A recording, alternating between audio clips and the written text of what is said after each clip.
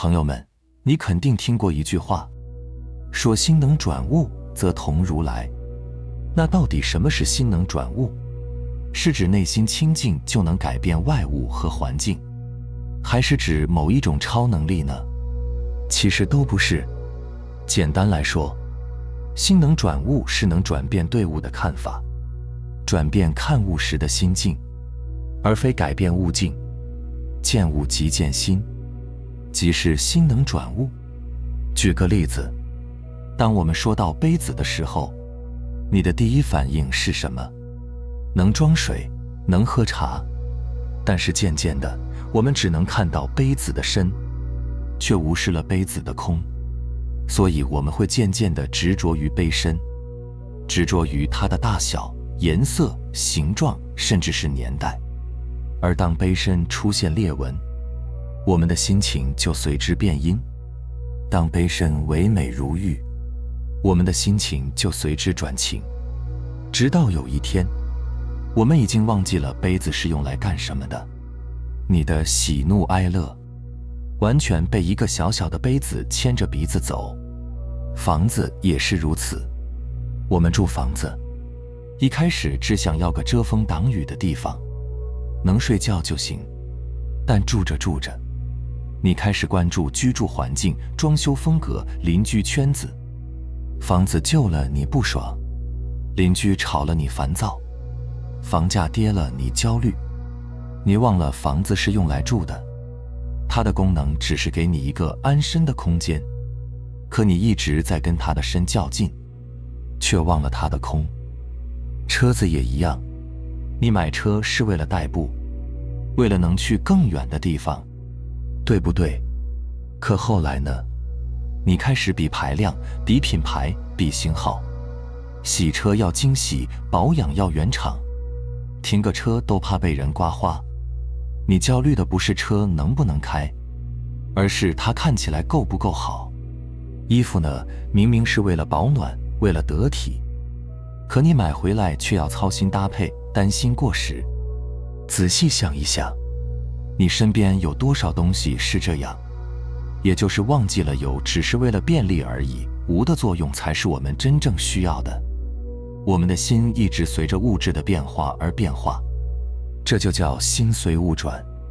物质一变，你的心情就跟着变，这就导致我们所追求的幸福都是有条件的。比如我们需要附加金钱、车子、房子等不同条件，但是条件永远满足不了欲望。比如当你没房子的时候，你想有个小房子，而当你有个小房子的时候，你又想有个大房子。当你有个大房子的时候，你又想要个别墅。你追求的幸福一直随着外物而变化着，但真正的幸福是不需要条件的。能心无挂碍地感受到幸福，能够拥抱幸福，本身就是一种能力，而这个由你的心境决定。同样是一间茅草屋，有的人看它就是一间破破烂烂、穷酸不雅的屋子，1分钟也不想在里面待；而有的人看这间茅草屋就很温馨、很舒适，待在里面犹如天堂。为何如此？因为心性不一样，对茅草屋的看法也不一样，并非是茅草屋有何不同。又比如同样是一棵树，一个普通人可能从来也没有认真地看过它，而一个修行者可能看到了树通过4季的变化在说法。树并非是2棵，但不同的心念却看到了不同的事物。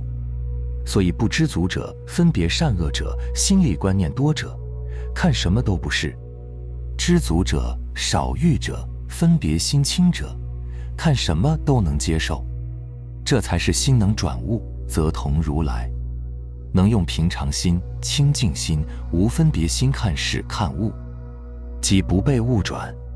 不被物转即是转物，而非改变外物为转物。凡夫不解，以为有超能力能改变外境才是神通，才是本事。不，那不是超能力，那是怪力乱神；那不是本事，那是多事。你以为能改变外物就很厉害，实际上只是给自己多找了一件事来执着。石头变金子，金子变石头，忙活半天，心还是那个被物牵着走的心，没什么区别。神通者，心通也。所以转悟不是可以用个心去转变万物，而是证悟到一切山河大地、宇宙星辰皆是心生幻象而已。你可能会说，我确实换了一个让人讨厌的上司，心情就变好了呀。没错，短期内外境的变化确实能带来暂时的轻松，但你想过没有，这种轻松是有条件的，条件一变，心情就又会跟着变。比如你换了一家新公司，头几个月觉得同事友善，氛围轻松，可半年后，新的烦心事又冒出来了。为什么？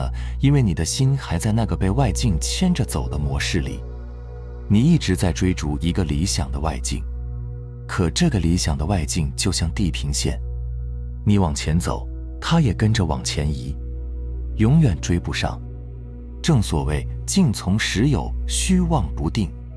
所谓时有，就是你把它当真了，觉得这个环境、这个人、这件事是真实不变的。虚妄不定是说，一切外境本质上都是因缘和合、刹那变化的。你拼命去改变一个永恒在变的东西，这不是水中捞月是什么？就像一个人坐在船上，想尽办法想让河水平静下来，好让船平稳行驶。他不去调整自己的掌舵技术，反而去跟河水较劲。结果呢？船翻了，人湿了，河水依然在流。阳明心学的核心为什么讲的是心外无物，而不是心外有物？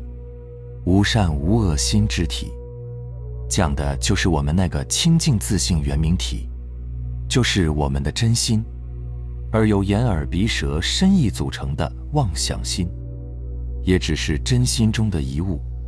这就是有善有恶意之动，即是唯心所现中的一线之物。所以，如果用妄想心去神通式的转变物，就如同是用一个幻象去转变另一个幻象一样。凡事于平常事中见神见异，见奇见怪，并非事物有怪，而是见者心中有怪。同样一杯茶，有些人能喝出各种滋味，有些人只是解渴，二者心境不同，喝出的味道便不同。而非茶有两种，所以说心能转物，非转于物，但能转心，即同如来。若真能转境，佛陀为何不转一切众生成圣人？是以欲转外物外境，此是迷心外道。为什么这么说？转境不转心，不能出诸苦；转物不转心，不能得解脱。你想转物，说明你心中还有个物让你转，让你执着，让你放不下，所以自然生出烦恼妄想。而转物者即不被物转，而是转于物在心中的概念，转变对物的看法。这也就是庄子所说的齐物论。心中概念变了，世界就变了，心里的观念转了，物境就转了。并非世界物境有所变，而是心境变了。那你可能就会问了，难道遇到糟糕的环境就该硬扛吗？比如遭受霸凌以及压抑的工作氛围，也不去改变吗？当然不是。你完全可以离开一个不适合的环境，但关键在于，你离开的时候，内心里是带着逃避的恐惧，还是带着放下的清醒？如果你是带着恐惧离开的，那下一段路你还会被同样的恐惧追着跑。如果你是带着清醒离开的，你知道这不是自己该待的地方，但心里既不怨恨也不留恋，那你就已经转了一次心。这样的离开才是有效的转境。这里面有一个微妙的区别，凡夫转境是因为被外境牵着走，不开心就换，换了又不开心，循环往复。觉者转境，是因为心里没有挂碍，该走就走，该留就留，环境变化不影响内心的平静。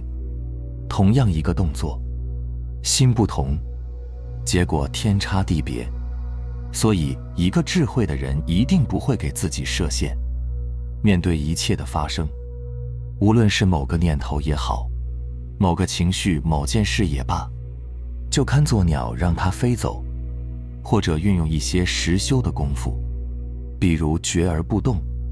我看着我的念头不去评判定义，我看着我的念头不再放大，如此便会烟消云散，你也就会恢复光明，不会给自己设限。能如是转悟，则心不复物，一切外境如同梦境。转境是迷人所为，转心才是真正智慧。外道和凡夫才去转境，虽频频换境，但烦恼不断；而觉者只是随其心境，则一切静静。明白了吗？好了，非常感谢你能看到这里，希望能对你有所触动和启发。我们下期再见。